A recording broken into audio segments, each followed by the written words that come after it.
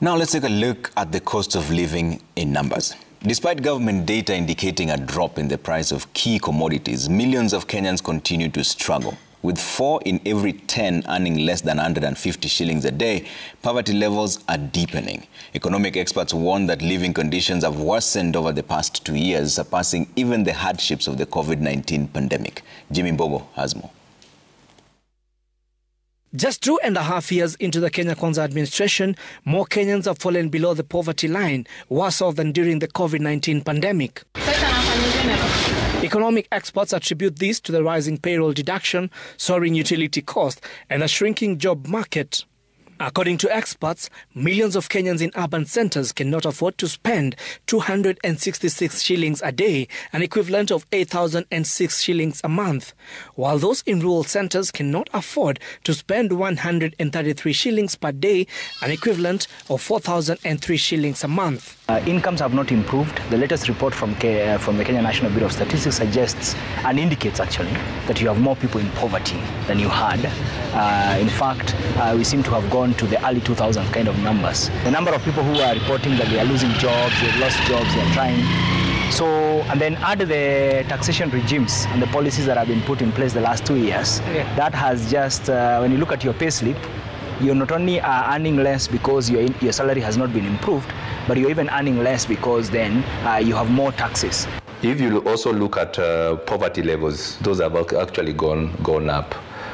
So the current poverty level is 39%. So there are about 20 million Kenyans who are living below the poverty line. The other macro indicators is obviously the employment levels.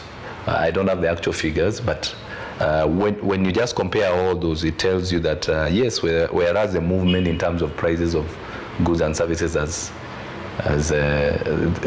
gone down, inflation has slightly gone down, that purchasing power has been affected. These realities are now forcing Kenyans to turn to short-term credit facilities to maintain their livelihoods.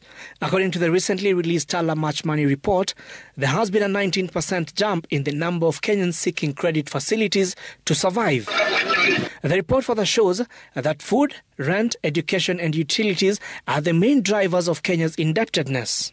If you think about it, if a customer has been cutting down on their basic expenses for the last 2 years, as we know from the report, there's probably nothing else left to be cutting down. And now that resulted in a new trend that we were seeing for the first time, which is actually a 19 percentage point jump in customers saying they'll borrow more. So what has happened is obviously the economic situation in our country has been declining at a macro level. As a result of that, the consumer will obviously then also have an economic challenge. Despite the government's efforts to lower inflation over the past 2 years, leading to reduced prices for commodities, experts argue that without improving consumers' purchasing power, the impact remains minimal. The data from the Kenya National Bureau of Statistics shows that inflation has dropped from 8.5% in August 2022 to around 3% over the past 2 years. However, experts warn that this decline doesn't necessarily mean a lower cost of living.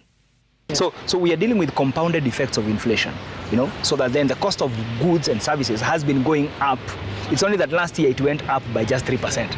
It went up slower than it did the previous years. That's what those numbers mean. But remember, I've just told you that if your income has not improved, you still are getting 200 shillings in a day. But now the amount of money you need to spend to buy goods and services, which perhaps you spent 100 shillings the previous year, now you need to spend 110. It means since your income has not gone up, you're having to part with more to get the same product. Jimmy Mbogo, Citizen TV, Nairobi.